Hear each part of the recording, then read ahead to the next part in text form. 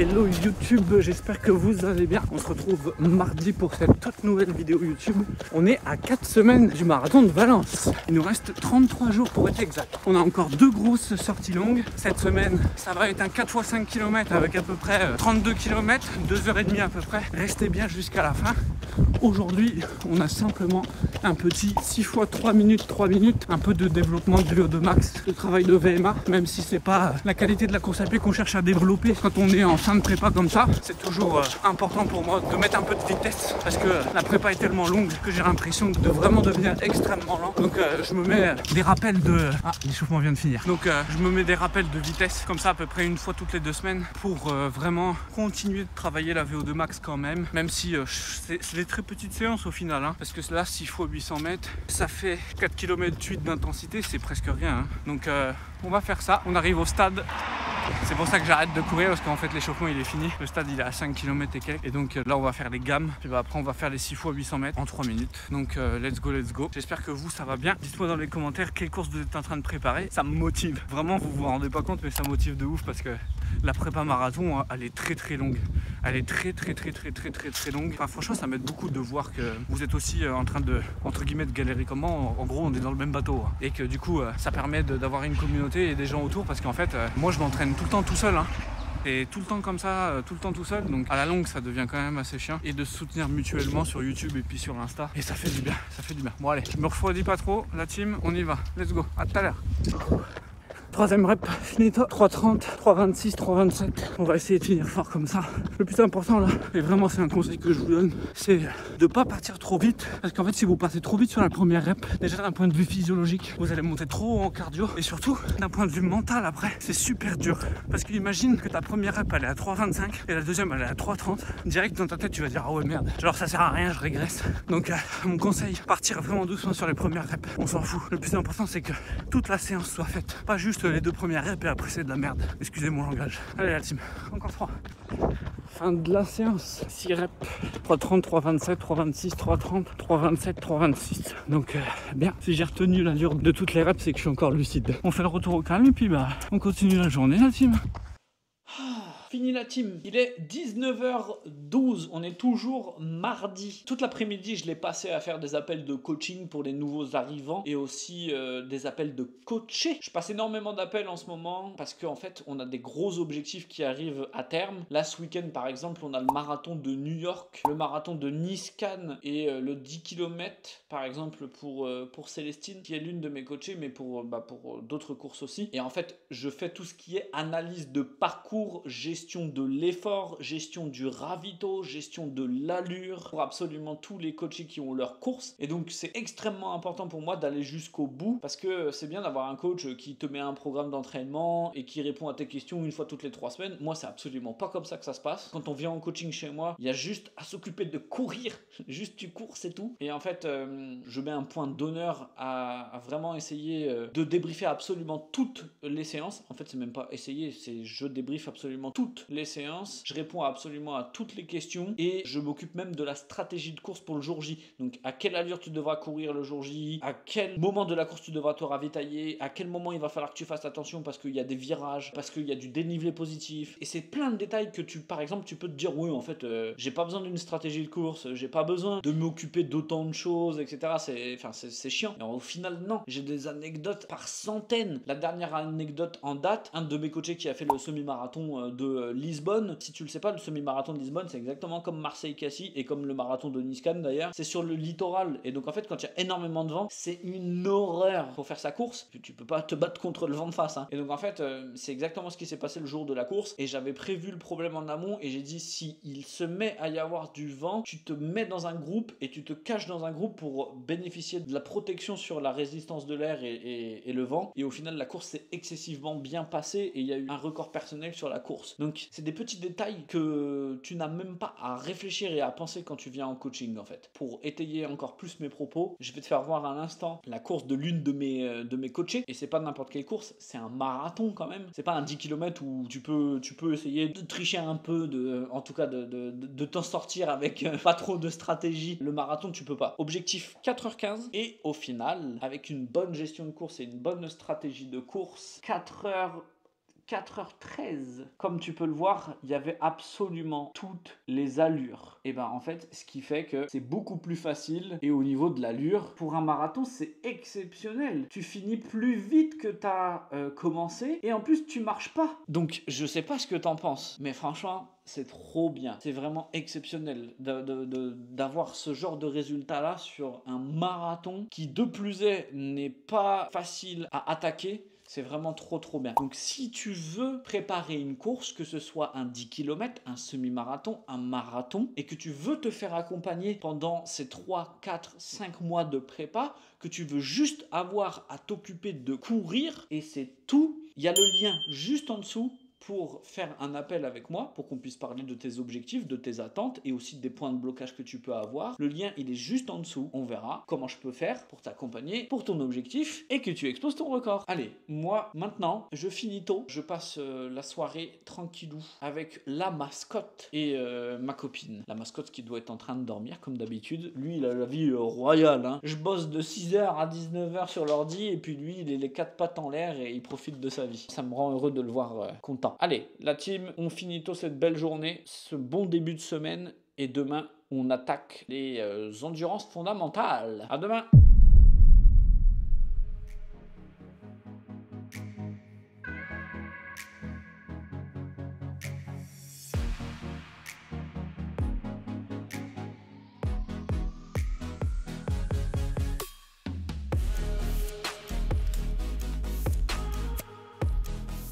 Yo la team, alors on est mercredi, il est 6h40. J'essaye de reprendre un bon rythme et tout parce que ça devenait plus possible. Hein. Je me réveillais genre à 9h et tout, c'était hyper compliqué. On reprend les bonnes habitudes, coucher 22h, lever 6h, 6h30.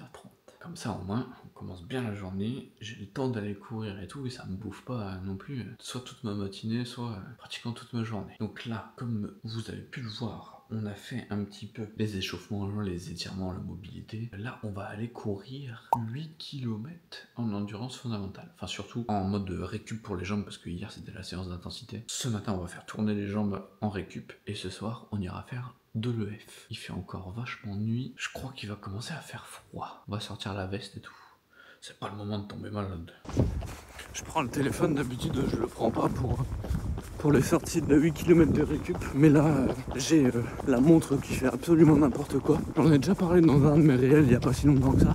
Un peu sur le ton humoristique. Mais en gros, ce que je disais, c'est que parfois, le capteur optique, il marche pas forcément comme on le voudrait. Je sais pas, soit parce qu'il y a de la sueur, soit parce qu'il y a de la pluie, soit parce qu'il est mal serré. Et des fois, il donne des aberrations assez cheloues. Dans le style où là, depuis que je suis parti de la maison, il est à 155, 158 BPM, alors que je cours hyper lentement et qu'en plus de ça, je suis au niveau du ressenti très bien. Et là, je regarde et je suis à 137. Donc en fait, il bug et des fois, pendant un laps de temps, il capte beaucoup plus haut. Et du coup, moi, je suis en mode, je comprends pas pourquoi ma fréquence cardiaque elle est aussi haute. Je commence à me poser des questions, à me frustrer. Et en fait, je dis non, vas-y, c'est bon. Stop, tu cours au ressenti et tu te fais confiance. Et c'est ça que je veux vous inculquer et vous enseigner, parce qu'en fait, au final, si vous êtes toujours tributaire de votre montre ou de Strava pour aller courir, tant en termes de motivation qu'en termes de données, vous êtes prisonnier des données et des applications, alors que le but de la course à pied, c'est d'être libre. Il faut vraiment passer un temps à apprendre comment notre corps y réagit et puis à le connaître. Bon, allez, je finis. Yo, on est toujours mercredi et là j'étais en train de faire l'analyse du parcours et l'allure, la gestion des efforts et tout pour le marathon de Nice-Cannes de l'une de mes coachées qui le fait ce week-end. J'en ai 3 qui font le marathon de Nice-Cannes, mais là je vais te prendre spécifiquement l'exemple de Alison pour que tu puisses voir un petit peu en quoi ça consiste d'avoir une stratégie de course bien définie pour sa course, pour être sûr et certain de mettre toutes les chances de son côté. Je vois beaucoup trop de personnes qui loupent leur course et qui foirent complètement leur préparation parce que en fait ils s'entraînent, oui, mais ils ont aucune stratégie le jour J. C'est-à-dire à quelle allure je dois partir, quand est-ce que je dois me ravitailler, quand est-ce que je dois faire attention à mon allure en fonction du parcours, des virages, du dénivelé positif et tout. Puis comme tu vas le voir sur Nice-Cannes, il y a 2 gros pièges. Je vais te faire voir en quoi ça consiste parce que chez moi quand on vient en préparation de course, ça c'est obligatoire. C'est-à-dire que la stratégie de course, tu ne t'en occupes pas. Tu as tout sur ta montre, les allures sont directement sur ta montre pour le jour J et aussi j'envoie ce qui va suivre tout de suite après à absolument tous mes coachés. C'est quelque chose que j'ai mis en place il y a quand même un bout de temps maintenant parce que justement je me suis rendu compte que c'était extrêmement important de parler de tout ça. Donc je te fais voir tout de suite et puis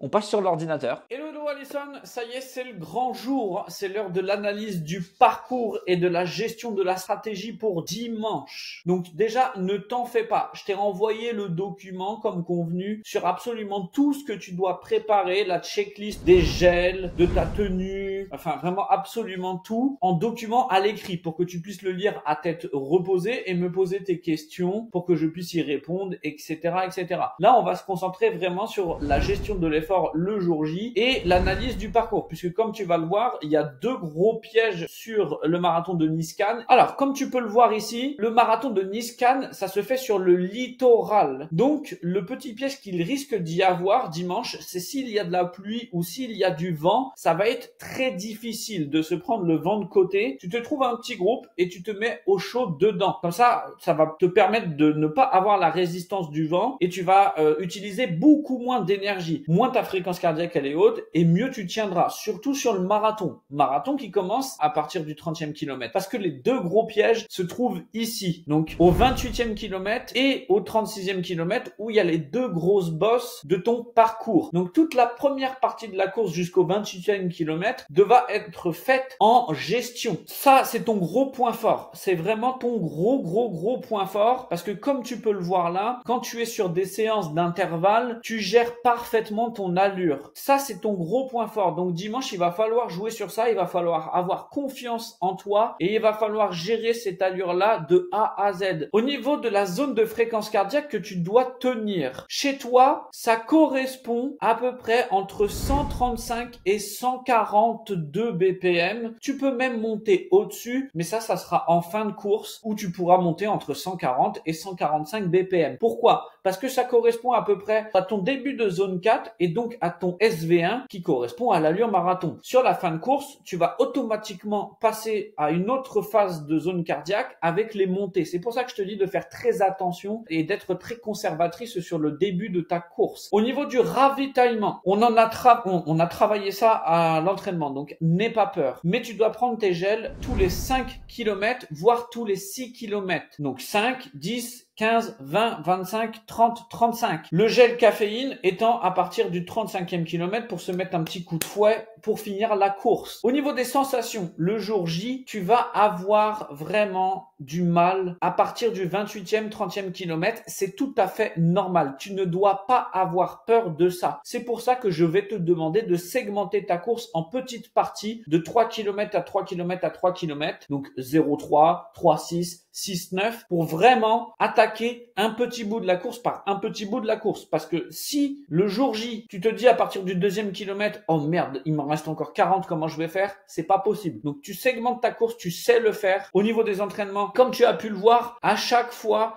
ça se passe vraiment très bien. Par exemple, on prend cette course-là qui a duré 2h30. D'ailleurs, tu as fait 500 mètres de plus que ce qui était demandé. Donc, tu as couru plus rapidement que ce qui était demandé. C'est très bien. Au niveau des blocs, c'est exactement là où tu dois être sur la fin de course au niveau de la fréquence cardiaque. Voilà, de toute manière, je reste dispo. S'il y a une séance que tu dois revoir et re-regarder, c'est bien celle-ci. Voilà, il reste plus qu'à y aller. Ciao, ciao. Yo, la team, on est jeudi. Jeudi, c'est la journée de la sortie mi-longue. En gros, c'est une sortie moyenne, à peu près de 1h15, 1h20. L'objectif de ces séances-là, en fait, c'est de ne pas créer trop de fatigue. Donc, de ne pas partir sur des sorties longues, type 1h30, 1h45.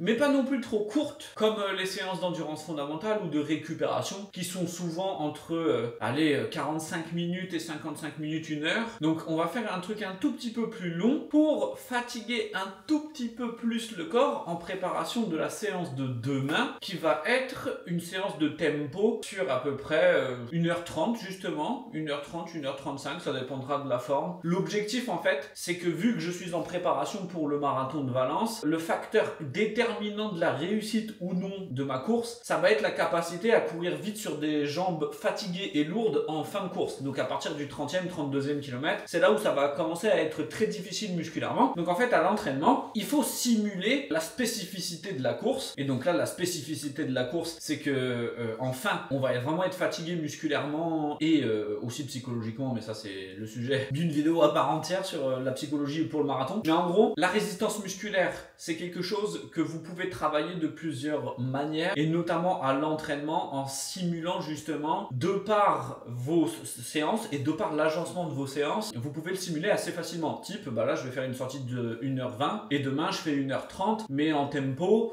donc à peu près sur des allures de 4h30 pour moi. Et en fait, ça va m'habituer à courir vite sur des jambes lourdes. Et puis bah pareil, la séance de demain servira aussi de fatigue, entre guillemets, pour la sortie de dimanche. Le seul truc de difficile avec ça, c'est qu'il faut bien agencer tous ses entraînements et il faut écouter son corps pour pouvoir enchaîner les séances de qualité en respectant les allures. Parce que si tu fais n'importe quoi et que tu mets tes séances n'importe comment, par exemple, la séance de demain, si je pousse un peu trop, bah dimanche je pourrais pas respecter les allures. Sauf que dimanche, vu que c'est la sortie longue spécifique marathon, on va d'ailleurs faire un 4x5 km, ben c'est celle de dimanche qui est le plus important. Donc en fait, c'est toujours comme ça qu'il faut réfléchir. Dans sa semaine, il faut regarder quelle est la séance la plus importante. Là, en l'occurrence, moi, c'est la sortie longue. Pour le marathon, c'est la sortie spécifique pour le marathon. Donc, je vais faire en sorte de construire ma semaine autour de ça et de m'écouter et de dire que bah aujourd'hui, si je dois ralentir un petit peu, je le fais. Demain, si je dois ralentir l'allure sur le tempo, je le fais aussi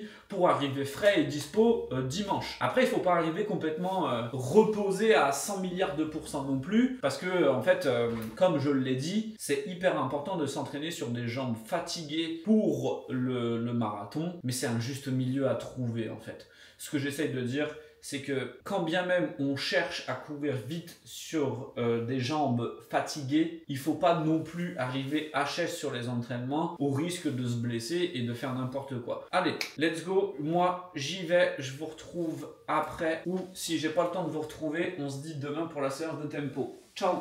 Yo, fin de la course de 1h20. Ça va, je suis toujours en vie. Je sais pas ce que j'ai et tout, mais j'ai hyper chaud même avec la veste. Je suis tout le temps en train de suer. Truc de fou. Tout va bien. On continue, il nous reste un mois. J'ai compté en fait, il nous reste 3 grosses séances. Et après, ce sera des plus petites. Donc, c'est les 3 plus importantes. On se concentre.